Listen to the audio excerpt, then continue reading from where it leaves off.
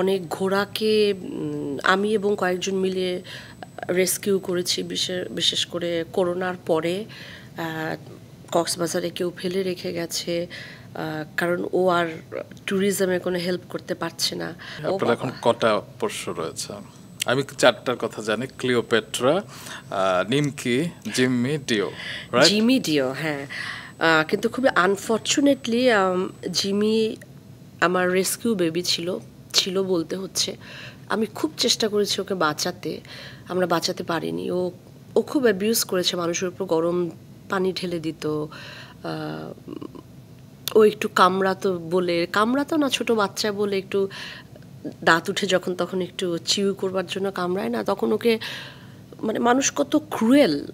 মানে বিশেষ করে আমি বলবো যে আমাদের দেশের এখনকার জেনারেশন কিন্তু আবার খুব অ্যাওয়্যার এসব ব্যাপার নিয়ে, কিন্তু আমাদের পূর্ববর্তী প্রজন্মদের আমি দেখেছি, বা আমাদের প্রজন্মদেরও খুব বেশি সংবেদনশীল না। ওকে 4 হাত পা বেঁধে কচু খেতে ফেলে দিয়ে এসেছিল বস্তায় করে, অনেক কষ্টে কাঁদতে করে আমার বোনের বাড়ির সামনে রাস্তায় হয়েছিল।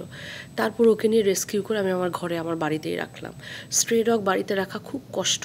স্ট্রে ডগ কিন্তু ওদের রাস্তা কিন্তু ওদের বাড়িঘর, আমরা ভুল করে আশ্রয় মানে ইসে নিয়ে যাই, হ্যাঁ, অনেক জায়গায় নিয়ে গিয়ে নিরাপদ আশ্রয় নিয়ে যায়, সেটা ঠিক নয়। ওদের বাড়িঘর কিন্তু হলো ওখানে, কিন্তু আমরা তো ওদের বাড়িঘরগুলোকে নিরাপদে রাখতে দিতে পারিনি, নিরাপদ করে রাখতে পারি না ওদের জন্য। তো তারপর ওকে নিয়ে গেলাম। তারপর ও আসলে ভীষণ ওর ফোবিয়া ছিল, মানুষ দেখলেও ভয় পেত।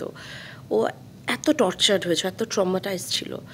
আমি খুব চেষ্টা করলাম, পরে আসলে ওর ভীষণভাবে নিউমোনিয়া হলো, আমি ওকে বাঁচাতে পারলাম না, আমরা ওকে বাঁচাতে পারলাম না। এখন বাড়িতে 3টা বাচ্চা আছে। জিম্মিকে আমি হারিয়ে ফেলেছি, কিন্তু আরও অনেক বাচ্চা আসলে আমার বিভিন্ন শেল্টারে আছে। আমার ইন্ডিয়াতেও অনেক শেল্টারে আমার বাচ্চারা আছে। বুড়ো বাজ পাখি, বুড়ো গরু, যাদের দিয়ে হয়তো কাজ করে না, কাজ চালানো যায় না। অনেক ঘোড়াকে আমি এবং কয়েকজন মিলে রেস্কিউ করেছি, বিশেষ করে করোনার পরে। কক্সবাজারে কেউ ফেলে রেখে গেছে, কারণ ও আর ট্যুরিজমে কোনো হেল্প করতে পারছে না। অনেক কষ্ট করে ওদেরকে ঢাকায় নিয়ে এসেছি, বা কোনো একটা জায়গায়, নিরাপদ জায়গায় রাখার চেষ্টা করেছি।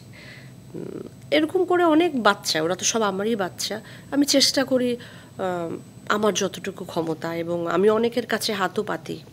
আমি বলি আমি একা পারছি না, আমাকে একটু হেল্প করো। যারা অর্থবিত্ত আছে, অথবা যাদের মনে একটু দয়া আছে, আমি বলি আমার একার পক্ষে তো আসলে খুব টাফ হয়ে যায়, অনেকগুলো বাচ্চা দেখা, তোমরা আমাকে একটু হেল্প করো। আর যেখানে যা পারি, আমার আমার একটা বড় তৃপ্তির জায়গা হচ্ছে আমার ইনকামের একটা অংশ প্রত্যেক মাসে আমি ওদের জন্য অবশ্যই খরচ করি, বা একটা তোলা থাকে।